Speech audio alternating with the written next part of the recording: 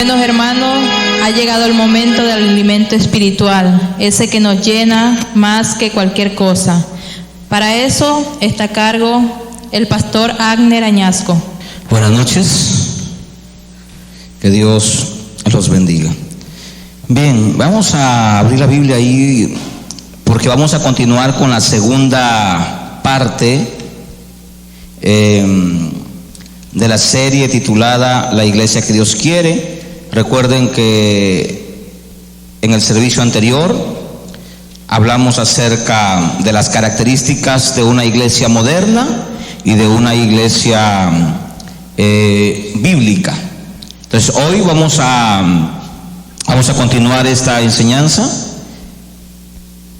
la segunda parte, características de una iglesia bíblica ortodoxa. Vamos al libro de Gálatas, capítulo 1. Gálatas, capítulo 1, versículo 6 al versículo 9. Ahí está nuestro texto central. Vamos a leerlo con la bendición del Padre, con la bendición del Hijo, con la bendición del amado Espíritu Santo. Estoy maravillado de que tan pronto os hayáis alejado del que os llamó por la gracia de Cristo para seguir un evangelio diferente. No que haya otros, sino que hay algunos que os perturban y quieren pervertir el evangelio de Cristo. Mas si aún nosotros o un ángel del cielo os anunciare otro evangelio diferente del que hemos anunciado, sea anatema. Como antes hemos dicho, también ahora lo repito: si alguno os predica un diferente evangelio del que habéis recibido, sea anatema. Tome asiento, póngase cómodo para recibir el mensaje de la palabra de Dios. Bien, esta es la segunda parte del tema características de una iglesia moderna y una iglesia bíblica. Hoy vamos a ver las características de una iglesia bíblica. Bien, siempre he mencionado la palabra ortodoxo y usted de repente pensará que esa palabra pues no está en nuestro vocabulario, desconocida, pero es una palabra que está dentro de la teología, está dentro del conocimiento eclesiástico de la iglesia. Así que vamos a definir lo que significa ortodoxo. Bien, la palabra ortodoxo en su definición significa el que sigue fielmente los principios de la doctrina tradicional o bíblica, aunque para algunos sea anticuado. Note esta definición. Un creyente ortodoxo es aquel que sigue fielmente la doctrina o los principios de la doctrina tradicional. ¿Han oído ustedes hablar de esa palabrita tradicional? Cuando usted oye esa palabra tradicional, ¿qué piensa? ¿Qué piensa que se refiere eso? ¿A qué se refiere? A lo antiguo, ¿verdad? Siempre lo tradicional. Y la gente, por ende, la gente está aburrida de lo tradicional. Sí, hay mucha gente que está aburrida de lo tradicional. Si nosotros hacemos un recuento de hace 50 años atrás y hacemos una comparación de cómo vestían las jóvenes de 15 a 20 años hace 50 años y cómo visten las jóvenes de 15 a 20 años en la actualidad, ¿encontrarán diferencia? Hay una diferencia abismal, y nos damos cuenta que no solamente ha habido un desarrollo tecnológico o un desarrollo cultural, sino que también al transcurso de la historia, al pasar los tiempos, la gente se va inventando cosas y va dejando lo viejo por lo nuevo. Hay un dicho muy popular que siempre he escuchado que dicen: no dejes lo viejo por lo nuevo. Bueno, yo no sé a qué se hace referencia, pero es aplicable en esta noche. Es aplicable. Bien, así que vamos a desglosar esta enseñanza, que es muy interesante, que les va a ayudar de mucho. La etimología de esta palabra ortodoxo tiene dos vocablos, ortos y doxo. Ortos, que significa correcto o recto. Ortos significa correcto. Por eso somos ortodoxos, porque somos personas correctas, no en nuestra naturaleza como seres humanos, porque tenemos imperfecciones, nos equivocamos, sino que somos correctos a la enseñanza de la doctrina. Y la palabra doxo significa creencia o doctrina. O sea, somos fieles, correctos o rectos a la doctrina. ¿Pero a qué doctrina? Porque hay un montón de doctrinas. ¿Cuál sería la doctrina nuestra? La doctrina bíblica. Bien, entonces empecemos a analizar si nuestro cristianismo, el cual llevamos aquí en este lugar, es bíblico, ortodoxo, o sea, antiguo, fiel a los principios bíblicos, o usted está congregando en una iglesia moderna. Vamos a analizar eso. En primer lugar, ¿dónde nació la iglesia cristiana? ¿En qué país nació la iglesia cristiana? En Israel. En Israel. El autor del evangelio o del cristianismo, ¿quién es? ¿El Buda? ¿Mahoma? No, es Jesús. Y Jesús era de nacionalidad judía, de la tribu de Judá, una de las 12 tribus de Israel, del cual Dios le dio la promesa a Abraham. ¿Se acuerdan? En el Génesis 12, donde Dios llama a Abraham y le das una promesa, y dentro de esa familia o descendencia tendría que nacer el Salvador. Entonces, para que nosotros vayamos entendiendo nuestro cristianismo ortodoxo, o sea, tradicional o antiguo, tenemos que saber de dónde nace, quién es el fundador. Hoy las iglesias actuales hacen mención a sus fundadores y tienen una vanagloria, que ellos dicen: no, mi iglesia tiene 300 años, mi iglesia ya tiene 1000 iglesias, mi iglesia es internacional, y comienzan a vanagloriarse por algo que no deberíamos vanagloriarnos.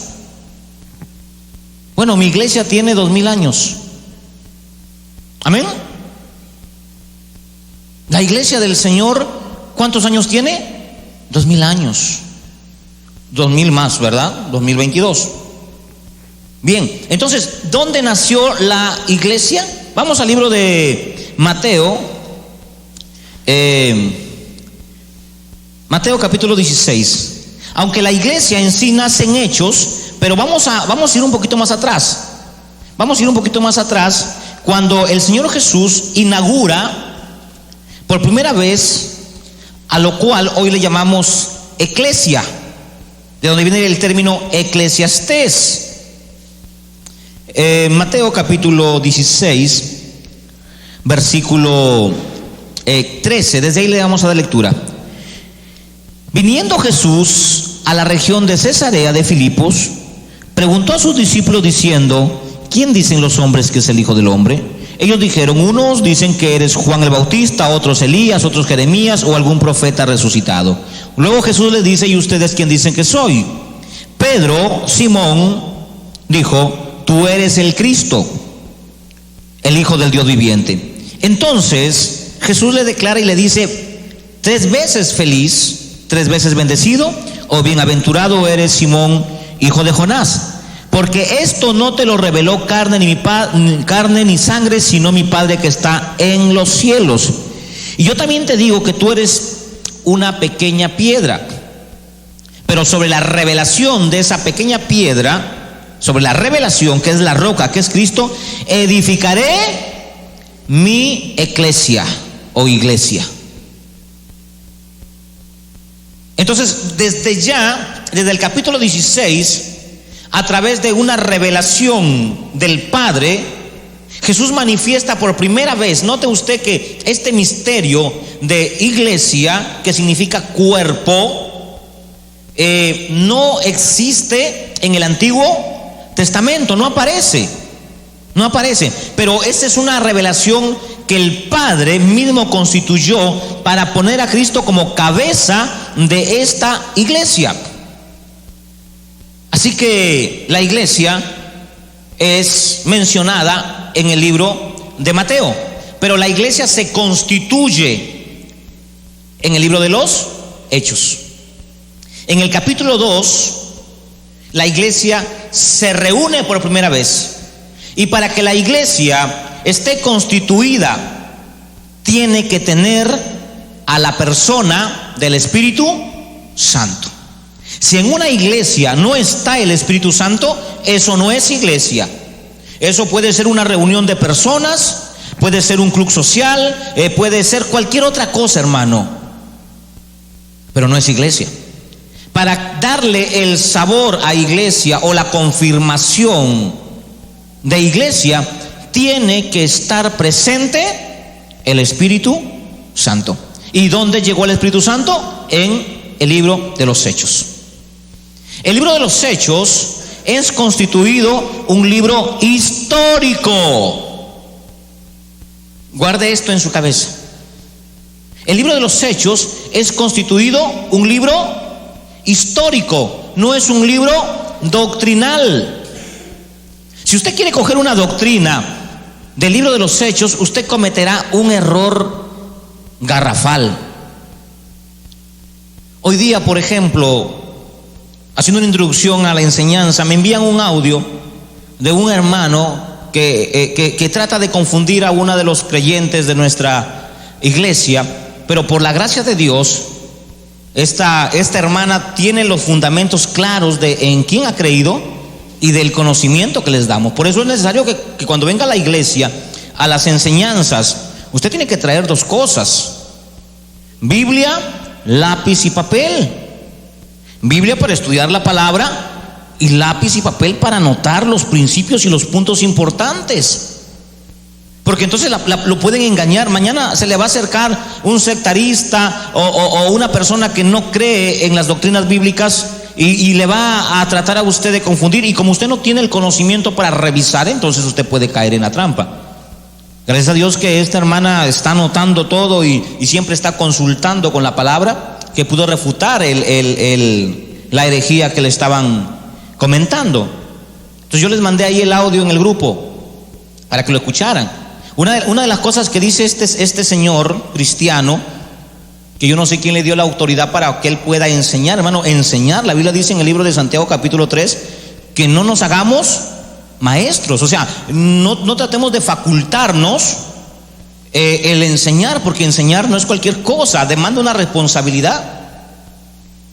Enseñar demanda una responsabilidad. No es tratar de, yo te leo un texto bíblico y ahí yo te digo lo que yo pienso. Hay gente que piensa que está facultado para enseñar. Sí, estamos facultados todos para predicar, para anunciar las buenas nuevas de salvación, pero el único que puede facultar para enseñar es el Señor.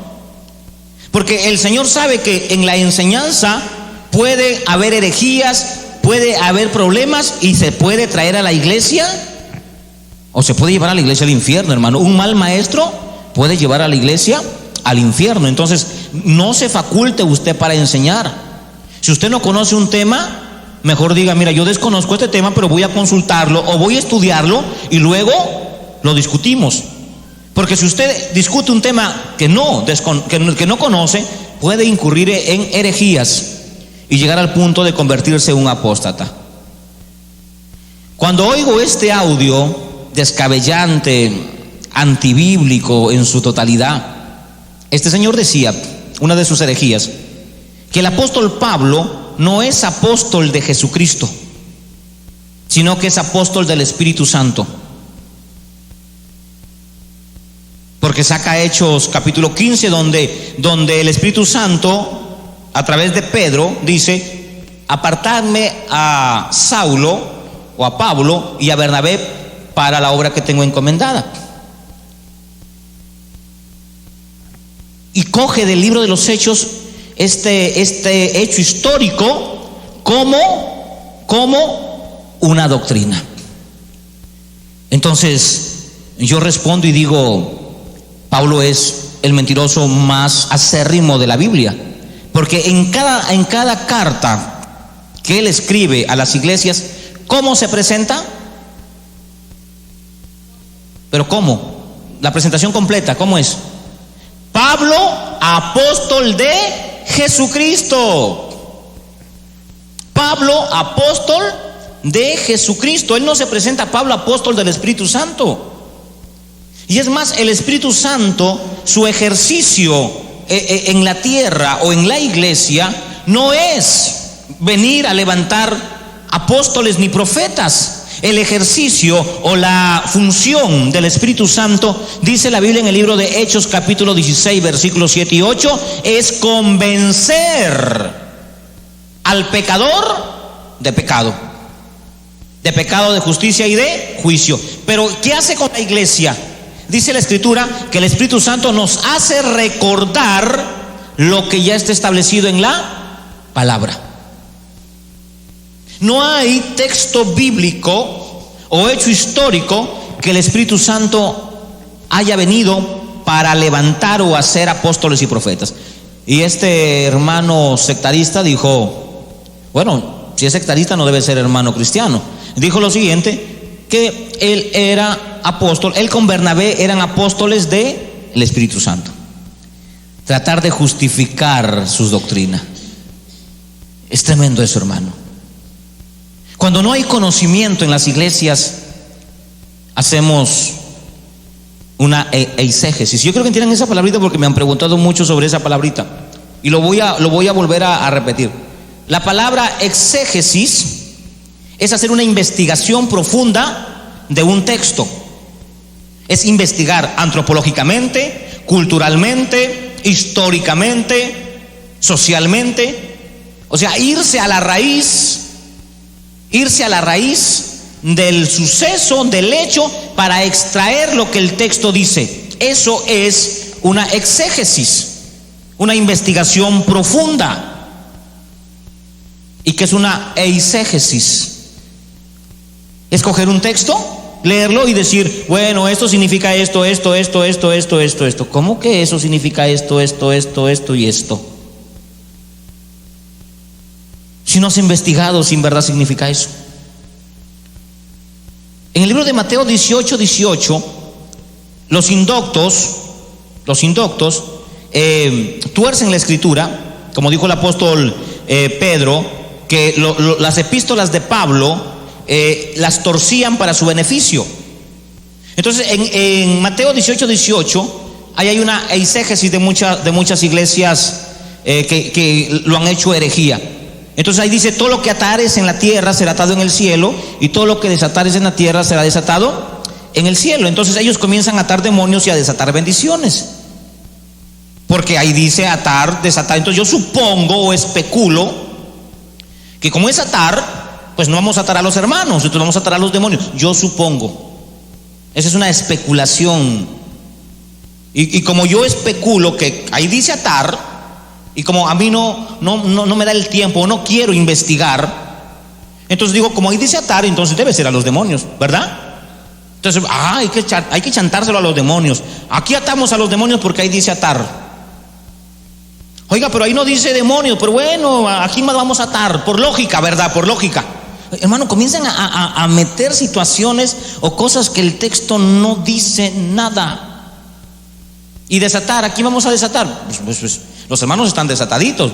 Bueno, las bendiciones. Pura especulación. Pura especulación.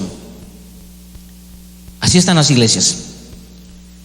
Especulando lo que ellos creen que la Biblia dice. Porque no tienen un conocimiento profundo, porque no escudriñan, porque no comprenden. Pero una iglesia ortodoxa que es fiel a los principios bíblicos jamás dejará que se tuerza la doctrina. Hace años, por ejemplo, aquí en Sullana había una radio, y siempre he contado ese testimonio, pero tiene caso volverlo a mencionar. Este pastor de esta iglesia sectarista pedía que vayan a la radio a predicar, que lo quería dar gratis. Bueno, el tema es que yo fui, me propuso una ofrenda, no era gratis, era con dinero, pero él, para atraer a la gente, pues decía gratis. Yo le quería aceptar, porque yo quería predicar el evangelio desde esa radio. Ya había predicado el evangelio en una radio en Guacho, ahora yo quería predicar acá en Sullana.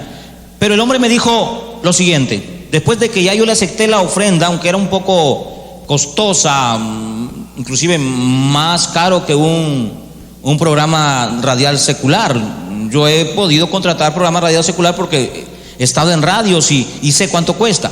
Pero este señor me dice: ¿y qué evangelio va a predicar? Pues el de hace 2000 años.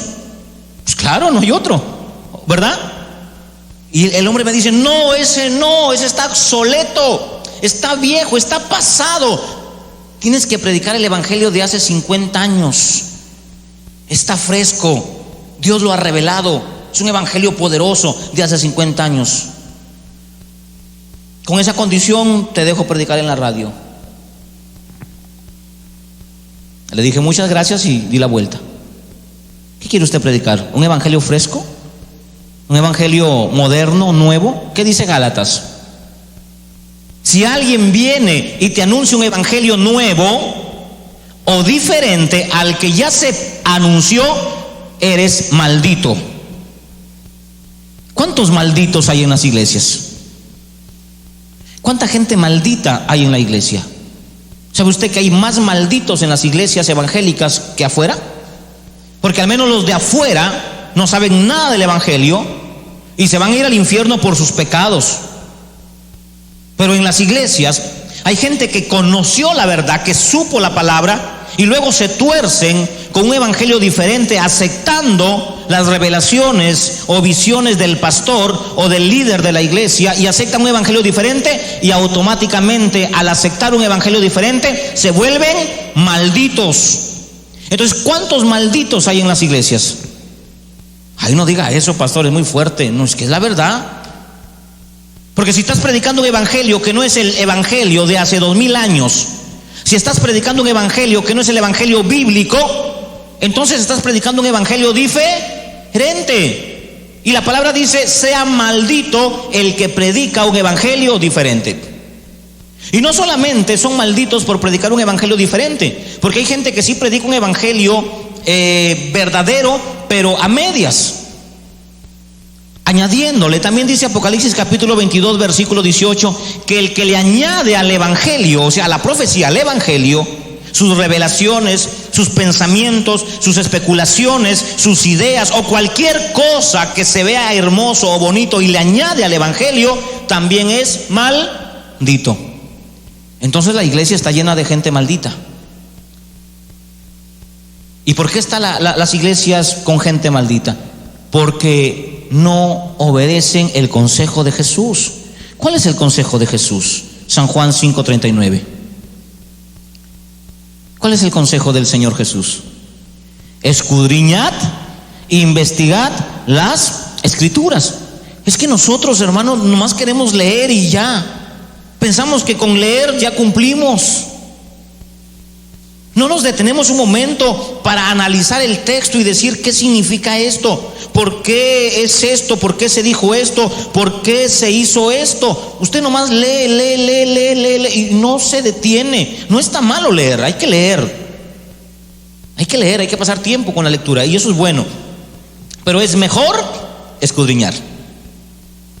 Porque no es necesario leerse 5 o 6 páginas o un libro completo de la Biblia para decir: no, yo sí sé la Biblia porque la leo. Basta con que te leas un capítulo y lo escudriñes. Y te aseguro que escudriñando un solo capítulo vas a tener por lo menos un mes de investigación. Un mes de investigación. Y más te vas a imbuir, en escudriñar, en investigar lo que el texto dice, buscando fuentes, hasta que Dios por el Espíritu Santo te dirija a la fuente verdadera y vas a poder entender al menos un capítulo en tu vida. Porque hay gente que se sabe la Biblia del Génesis hasta el Apocalipsis y no está mal la lectura, pero no comprenden la palabra. Entonces no sirve de nada. Los brujos saben la Biblia, los presos, hermano. Los presos te saben la Biblia del Génesis y se la han leído 3, 4 veces, pero ¿la comprenden? ¿La han escudriñado? ¿Han cambiado? No. Y hay mucha gente como los presos en las iglesias, se leen la Biblia todos los días y la leen y la leen y la leen, pero nunca la escudriñan. No estoy diciendo que es malo leerla, hay que leerla, yo la leo todos los días. Lo que estoy diciendo es que nos detengamos a investigar, a escudriñar, a analizar, para poder extraer el verdadero conocimiento que está en la palabra. Recuerden que el mensaje de Dios es como el oro o como el petróleo. ¿Dónde están estos minerales valiosos? ¿Y qué hay que hacer para obtenerlos? Hay que excavar, hay que hacer un estudio, hay que analizar, hay que contratar gente perita en la materia, hay que contratar ingenieros, hay que contratar obreros, hay que esforzarse, hacer hueco. ¿Y acaso lo encuentras al día siguiente? Requiere un espacio de tiempo. Pero cuando encuentras el precioso mineral, ¿cómo se sienten los que trabajaron? Contentos, felices. Eso tiene que pasar con nosotros en la palabra. Investigar, pastor, no entiendo aquí qué dice, qué significa. Buscar otra fuente. Hoy Dios por su misericordia nos ha dado el bendito internet, que el que lo sabe usar le va a beneficiar, y el que no sabe usarlo lo va a hacer perder, lo va a echar a perder. Pero en el internet hay muchas fuentes, no todo es fidedigno, pero al menos podemos extraer información de los personajes, buscar personas fidedignas en la palabra que nos puedan enseñar, que nos puedan decir esto significa aquello. Entonces nos vamos a llenar del verdadero conocimiento. Porque hoy la gente más te dicta textos. Mateo, Lucas, Juan dice, Mateo dice, Lucas dice. Bien, pero en verdad lo que estás recitando es lo que Mateo y Lucas dicen. O es como los chismes o los comentarios, para ser un poco más suave. ¿Qué pasa cuando usted oye un comentario y usted le dice el comentario al otro, y el otro le dice al otro, y el otro le dice al otro? ¿Cómo llega ese comentario a la persona final? Exagerado, deformado, incompleto, agregado o no, disminuido, ¿cómo? O alargado. Y a la final es cuando llega a tu oído, te da otra sensación.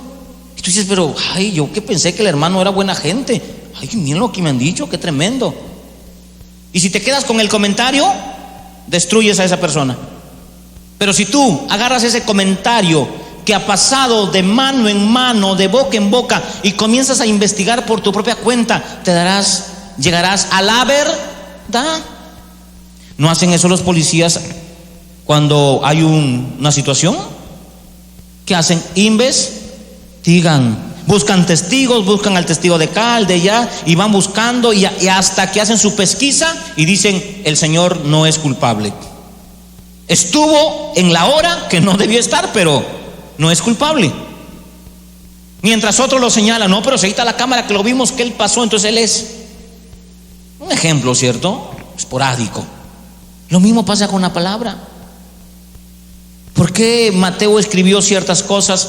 ¿Por qué Marcos escribió diferente a Mateo? ¿Por qué Lucas escribió diferente a Marcos? ¿Por qué Marcos escribió diferente a Juan? ¿No se ha puesto a pensar eso? ¿Por qué? Pero como usted no escudriña, o como los hermanos que se facultan a ser maestros no escudriñan, no, pues si lo escribió así es. Y no investiga. En el año 404 se escribió una Biblia, que es la Biblia la latinoamericana, que todos la hemos tenido cuando hemos sido de la religión tradicional. ¿Cuántos han tenido esa Biblia? Pues todos la hemos tenido, con 7 libros o 8 libros adicionales, los llamados apócrifos, ¿se acuerdan? Macabeos, Iracides, Sabiduría, el primer Macabeos 1, 2, Judith, Tobías, libros que fueron rechazados. Jerónimo de Estridón, de esta ciudad, escribió, enviado por el emperador romano, que le haga la Biblia, y él fue, investigó y la sacó. Ahora, en el año 1500 o 1600, Casidoro y Reina, todos monjes católicos, se convirtieron al evangelio y hicieron una Biblia. Hubiera sido hermoso que Casidoro con Valera hubieran ido a Israel o a Grecia, o donde se encontraban los papiros, o al menos hubiera ido a buscar más atrás, porque ya existían. ¿Los escritos de quién? Pues los escritos de los discípulos, de los apóstoles. Ya habían escritos del Nuevo Testamento, de las doctrinas. Pero ¿qué hicieron estos hermanos? Cogieron la Biblia católica y la tradujeron de latín al español. O sea que seguro que me matarán cuando me escuchen los que me oirán en la internet. Esto es una copia de la Biblia católica. O sea, usted tiene un ejemplar católico en sus manos, simplemente cambiado al español, agregado los conceptos de este señor Jerónimo, que metió 7 libros apócrifos a la latinoamericana, lo cual los católicos se confunden y están ahí. Gracias a Dios que al menos Casidoro con Valera lo sacaron, pero sin embargo hicieron la copia de la Biblia católica. Por eso es que este cura Luis Toro se ríe de los evangélicos y dice: ustedes tienen nuestra Biblia, y es la verdad. En su cara le dice a los padres: ustedes, ¿qué Biblia? Si la Biblia de ustedes salió de la de nosotros. Y les refriega eso en la cara a los pastores, y como los pastores no tienen conocimiento, pues se quedan callados. Bueno, no es tanto el problema de que hayamos sacado o los protestantes sacaron la Biblia, la que usamos, de la Biblia católica. Está bien, el problema es que no la escudriñamos. No está mal la traducción en todo su sentido, aunque hay cosas que están agregadas. No está mal en su sentido. Por ejemplo, el tema de los ministerios. El tema de los ministerios en el antiguo, en el original, habla de dones, no habla de ministerios. Pero nosotros hemos aprendido que hay 5 ministerios. Pero en las Biblias originales, las que están más atrás del año 400, habla de dones. Y tiene mucha lógica, porque el contexto de Efesios 4:11 al anterior, al 10, al 9, dice la Biblia: y subió Jesús y le dio dones a los hombres, y le agregaron la palabra ministerio. Y de ahí hubo una confusión tremenda, hermano. ¿Sabe por qué hubo una confusión tremenda? Porque comenzaron los escalones. El mayor es el de acá, el mayor es el de acá, el mayor es el de acá, este es el menor. Y comenzaron cada uno a ponerse categorías. Pero el texto original dice: Dios le dio dones a los hombres. Existe el don de maestro. ¿Y qué significa un don? Es un carisma, es un regalo. Dios nos dio el regalo, nos dio el enseñar, el ser evangelista, el ser esto. Entonces es curioso, hermano, que esto no aparezca en el original, pero lo añadieron allí. Otras versiones sí las dice dones. Bueno, ya un día haremos un análisis más profundo acerca de este tema. Pero la Iglesia Ortodoxa Bíblica, tiene estos preceptos. 1, reconoce el fundamento apostólico y profético de Efesios capítulo 2 versículo 20. ¿Qué significa eso? De que nosotros crecemos o enseñamos con dos tipos de enseñanzas. Los voy a manejar de esta manera. Las enseñanzas de quién, de los profetas y de los apóstoles. ¿Cuál era la enseñanza de los profetas? ¿Qué anunciaban los profetas? Al Mesías. ¿Qué anuncia las doctrinas apostólicas? Al Mesías. O sea, la Biblia completa se centra ¿en quién? En Cristo. Pero en Cristo, en su naturaleza divina y humana. Hoy están diciendo que Cristo, si era Dios, noten esta herejía que recién he escuchado, que si era Dios, pero que dejó de ser Dios cuando se hizo humano. En verdad, ¿Dios puede dejar de ser Dios? ¿El hombre podrá dejar de ser hombre? No.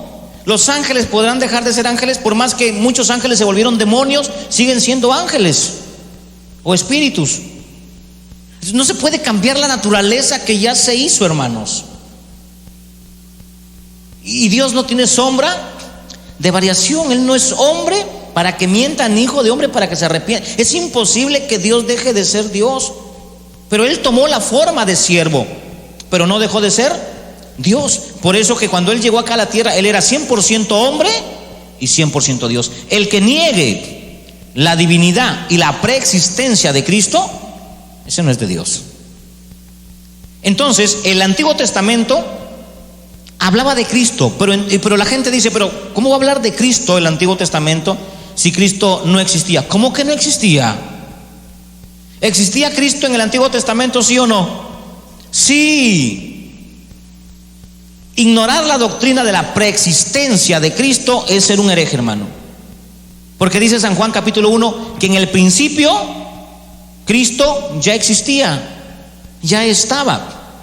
Antes de la creación ya estaba. Y todas las cosas que se crearon fueron hechas por Él y para Él. Pero los herejes ignoran la preexistencia de Cristo.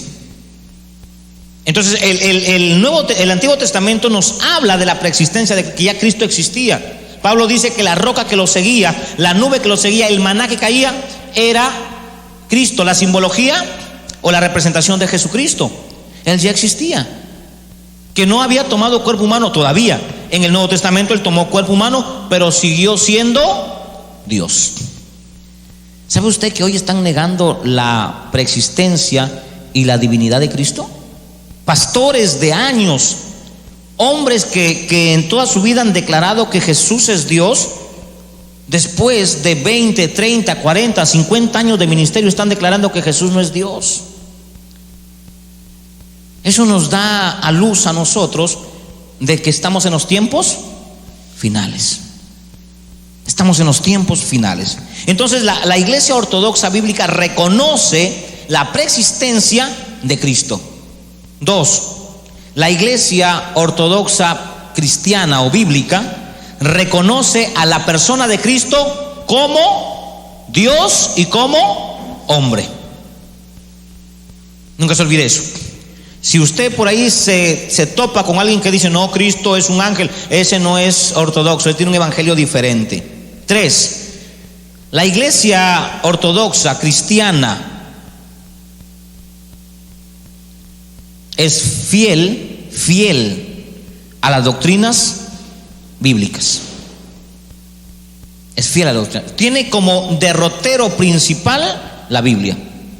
Sola Escritura. No hay más, hermano. Ya no hay más que decir. Sola Escritura. 4. Una iglesia ortodoxa bíblica cree que no hay jerarquías en la iglesia. Amén. El Señor dijo, ¿qué dijo el Señor? El que quiere ser grande, entonces que sea el que sirve. Entonces, aquí no hay jerarquías de que el pastor es superior a los demás. Todos somos uno en Cristo, somos hermanos. Dios no hace sección de personas. La única diferencia son las responsabilidades. amabilidades. Nada más. Pero luego, el mismo respeto que yo me merezco, usted también se lo merece. La misma sangre que a mí me limpió, a usted también lo limpió. El mismo Dios que yo tengo, lo tiene usted. Entonces no hay diferencia en nada. Pero estas sectas hacen diferencia. Por eso tienen 2 púlpitos. Por eso los que predican y son menos consagrados predican abajo. Arriba solamente suben los que ellos califican como importantes o superiores o más santos. Hacen una diferencia tremenda. Ese es un evangelio moderno o un evangelio diferente. El evangelio ortodoxo es un evangelio que no mira a las personas para discriminarlas, sino que la sangre de Jesús nos limpia para unificarnos. Somos todos un solo cuerpo. Les dije, las responsabilidades son diferentes. Pablo dice, la oreja es diferente al ojo. La oreja tiene una función diferente, el ojo otra función diferente. Pero ambos son importantes o no son importantes. ¿Son iguales de importantes o no? O a ver si usted se saca un ojo y anda con uno. Claro que son importantes. Entonces el pastor con el que barre, el que limpia, el que se sienta ahí, el que no tiene dones, el que no predica, ¿cuál es la diferencia entre ellos? Ninguna, porque son funciones diferentes, pero ambos son iguales, lavados con la sangre de Cristo. Entonces la iglesia ortodoxa jamás ha puesto jerarquías como la iglesia tradicional. La iglesia tradicional tiene jerarquías. 5. La iglesia ortodoxa defiende las doctrinas creyendo en estas que son importantes. 1, sola escritura. 2, la deidad de Cristo. 3, la soberanía de Dios. 4, la gracia salvífica. Y 5, la presencia del Espíritu Santo en la iglesia. Miren estas doctrinas fundamentales. 1, sola escritura. 2, la deidad de Cristo. O sea, Cristo es Dios. Eso defendemos. 3, la soberanía de Dios. O sea, Dios hace como Él quiere. Es soberano en todo. 4, la gracia que salva. Y 5, la presencia de la tercera persona de la Trinidad, el Espíritu Santo. Esos son nuestros fundamentos. Eso nos convierte a nosotros en una iglesia fiel a la doctrina antigua, fiel a los principios antiguos. Eso nos convierte a nosotros en apologistas. ¿Qué es un apologista? ¿Usted ha oído ese término? Los que hacen apología al terrorismo, o sea, defienden ideas terroristas. Nosotros no defendemos ideas terroristas. Nosotros defendemos principios doctrinales, doctrinas bíblicas. Cuando usted defiende esta palabra hasta con su vida, usted se convierte en un apologista, o sea, en un defensor de la doctrina o de la verdad. Esa es la iglesia ortodoxa, fiel a los principios antiguos, no a un evangelio moderno. Vamos al libro de Gálatas y finiquitemos aquí la enseñanza, que ya el Señor ha puesto en mi corazón una nueva serie de mensajes que los estoy viendo muy hermosos, que van a hablar mucho de nuestra vida cristiana y nos van a confrontar con las verdades diarias o cotidianas. A ver, vamos a Gálatas para terminar esta serie que hoy culmina. Han sido casi 6 enseñanzas sobre la iglesia que Dios quiere. Yo creo que ha sido de gran bendición. Y si no las escuchó, entre al canal de la iglesia y ahí están las enseñanzas.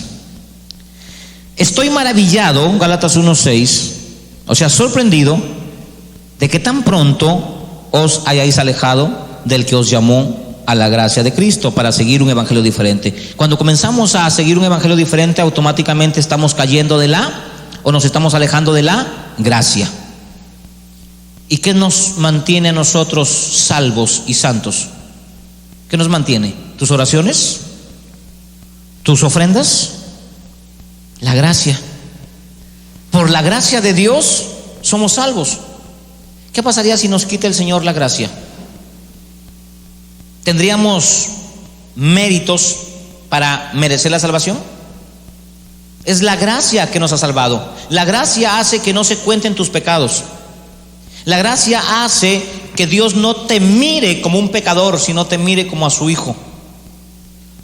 Y Pablo dice que el que sigue un evangelio diferente, principios diferentes, doctrinas diferentes, automáticamente Dios, o él mismo, no Dios, sino él mismo, se sale de la gracia. Y al salirse de la gracia, cae en desgracia. ¿Y a dónde se va? Al infierno. Eso es ser un apóstata. Pablo ratifica y dice, no que haya otro evangelio, sino que hay algunos que os confunden. La palabra perturbar es confundir, tergiversar. Os perturban y pervierten el evangelio. ¿Cómo se pervierte el evangelio? A ver, yo lo puedo pervertir para sacar dinero, claro, se puede, ¿verdad? Lo puedo pervertir para un beneficio personal, sexual, personal, claro que se puede.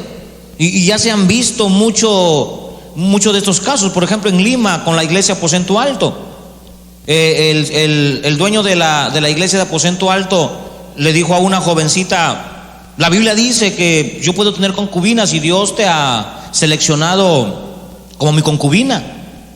¿Qué hizo con el evangelio? Lo pervirtió, o sea, lo moldeó a su manera. Y sin ir lejos, aquí también en Marcabelica pasó el mismo caso. O sea, usar el evangelio para un beneficio personal de cualquier índole, eso es pervertir las cosas de Dios. Entonces, los perversos no son solamente los que andan acosando a las mujeres o los que andan haciendo cosas malas. Hay muchos perversos desde el púlpito, hermano. Hay muchos pastores que son perversos, que ven cuando llega alguien con un auto o alguien que está acomodadamente bien, económicamente bien, para pervertir el evangelio, para meterle la mano al bolsillo y sustraerle dinero. Eso es pecado. No hay gracia ahí. Y Pablo sigue anunciando y dice: mas si aún nosotros, mira cómo se incluye, porque la verdad, hermano, estamos propensos a eso. No crea que no, no, una iglesia sana está propensa a caer en sectarismo, o un cristiano sano está propenso a cometer herejías. Claro que está propenso. Por eso necesitamos prepararnos para que cuando lleguen las herejías, para cuando esto nos visite, nosotros podamos decirle: no, aquí no aceptamos ese tipo de doctrinas porque son antibíblicas. Por más bonitas que se vean y por más actividad que éstas tengan, no las podemos aceptar porque estaríamos pervirtiendo el evangelio de Cristo. No importa si nos morimos pobres, no importa si nunca llegamos a tener lo que otras iglesias en infraestructura, en economía tienen, no importa, hermano. Amén. No importa. Pablo dijo: con tal que tengamos comida, techo y abrigo, estemos contentos. Y yo creo que ya es mucho lo que tenemos. Entonces no hay que afanarnos por cosas que el Señor no nos manda a preocuparnos. Preocupémonos por no caer en el pecado más grave, que es cometer herejías. Mas si aún nosotros o un ángel, a ver, ¿quién le predicó el evangelio a Joseph Smith? ¿Al de los mormones? No, sí, a Joseph Smith. ¿A quién le predicó? Moroni, un ángel. ¿Y él aceptó el evangelio de Moroni? Claro, lo aceptó. Ahí no está su secta, los mormones. A Elena de White, un ángel venía y le hablaba y le decía: escribe esto, haz esto, escribe así, que así va a pasar. Ahí no tienen una secta. Gracias a Dios que la iglesia adventista, una parte es adventismo reformado. Adventismo significa advenimiento, o sea, venida. Eso significa adventista, no es una palabra fuera del contexto histórico bíblico. Advenimiento. Bien, y esto generó de que esa iglesia se divida. Hay como también bautistas que también aceptaron algunas cosas y se dividieron los reformados. Bien, Dios siempre da la oportunidad, pero Pablo advierte: si un ángel se le aparece a usted y le dice que se pare de cabeza, más vale que no le haga caso. Amén. o si un ángel del cielo os anunciare otro evangelio diferente al que dice la Escritura, sea maldito. Como antes hemos dicho, también ahora lo repito: si alguno predica que para ser salvo hay que anotar los pecados en una hoja, como hace el G12, sus pecados los anota en una hoja, y luego vamos a hacer una fogata, una vigilia, y ahí vamos a quemar nuestros pecados. ¿Cómo dice el texto? Está predicando un evangelio diferente. O si alguien te dice que tienes que dar cierta cantidad de dinero para que Dios te pueda bendecir, cuando el Señor ha dicho que Él ya te bendijo con toda bendición espiritual, y que la parte económica o material no tiene que ver absolutamente nada. Si tienes o no tienes, tú eres bendecido. Pero esta gente te dice: no, ¿cómo vas a ser bendecido? Ni trabajo tienes. ¿Cómo vas a ser bendecido? Te lo ponen en la cabeza como un estado de conciencia y te dicen: no, es imposible, mira, andas arrancadito, mira, tus zapatos ya están viejitos, ¿cómo vas a ser bendecido? Dijo un hombre de la iglesia del Rey Jesús, de Guillermo Maldonado, dijo este tipo lo siguiente: se puso un terno viejo y dijo: ¿cómo los voy a bendecir con un terno así? Pobre de Lázaro, ¿verdad? Lleno de llagas, tirado a la puerta. Y sin embargo, el rico que tenía todo su dinero no fue al cielo. Entonces usted no necesita tener un carro para decir que usted es bendecido. Usted no necesita tener dinero para decir que usted es bendecido. Usted ya fue bendecido. Y si alguien te dice lo contrario, te está predicando otro evangelio. Pero ¿sabe usted que a la gente les encanta lo nuevo, lo novedoso, la moda? Somos vendidos a lo malo. Pablo dijo claramente que él estaba vendido al pecado. Todos estamos vendidos al pecado. Por eso nos dio al Espíritu Santo como un paracleto, como un defensor, como un ayudador, para que cuando vengan esos deseos, entonces nos podamos apoyar en él y no dejar que nuestra humanidad, nuestro pecado, nuestra carnalidad nos manipule a nuestra manera. Pero a la gente le encanta las mentiras. Comienza a predicar mentiras y mentiras y mentiras, y la gente las termina creyendo como verdades. Adolf Hitler dijo lo siguiente: menciónales 1000 veces una mentira y cháncales la mentira, y la gente terminará creyendo. Y yo siempre he dicho que es más fácil engañarle a alguien que convencerlo que fue engañado. Póngase de pie, dele un aplauso al Señor. Dele gracias a Dios que somos una iglesia fiel a los principios de la palabra y queremos permanecer así. Recuerden esto, que ahorita estamos bonitos, fiel a la palabra. Y no es tan maravilloso estar así, sino permanecer hasta el final. Porque hay mucha gente que ha empezado bien. El movimiento misionero empezó bien, la iglesia de la profecía empezó bien, la iglesia de Dios empezó bien. ¿Cuántas iglesias, las asambleas empezaron bien? Ya gracias a Dios que se ha reformado una parte de las asambleas de Dios. Es que el tema no es empezar, es mantenerse hasta el final. Ahí está el asunto. Mantengamos esta doctrina, mantengamos, aunque sea con nuestra propia vida, como lo hicieron los apóstoles. Señor, te damos gracias por esta enseñanza y te rogamos, Dios, nos dé sabiduría y entendimiento para poder, Señor, seguir comprendiendo, seguir entendiendo las verdades de tu palabra. Usted sabe, Señor, que mi deseo es que nunca falte en esta casa tu palabra, aunque nos falte las cosas materiales, aunque nos falte, Señor, inclusive la vida, pero que nunca nos desviemos de esta verdad, Señor. Que seamos una iglesia como tú la has creado, Señor. Que no haya ambición vana en nuestro corazón. Que no le envidiemos a ninguna de las demás iglesias lo que ellos tienen.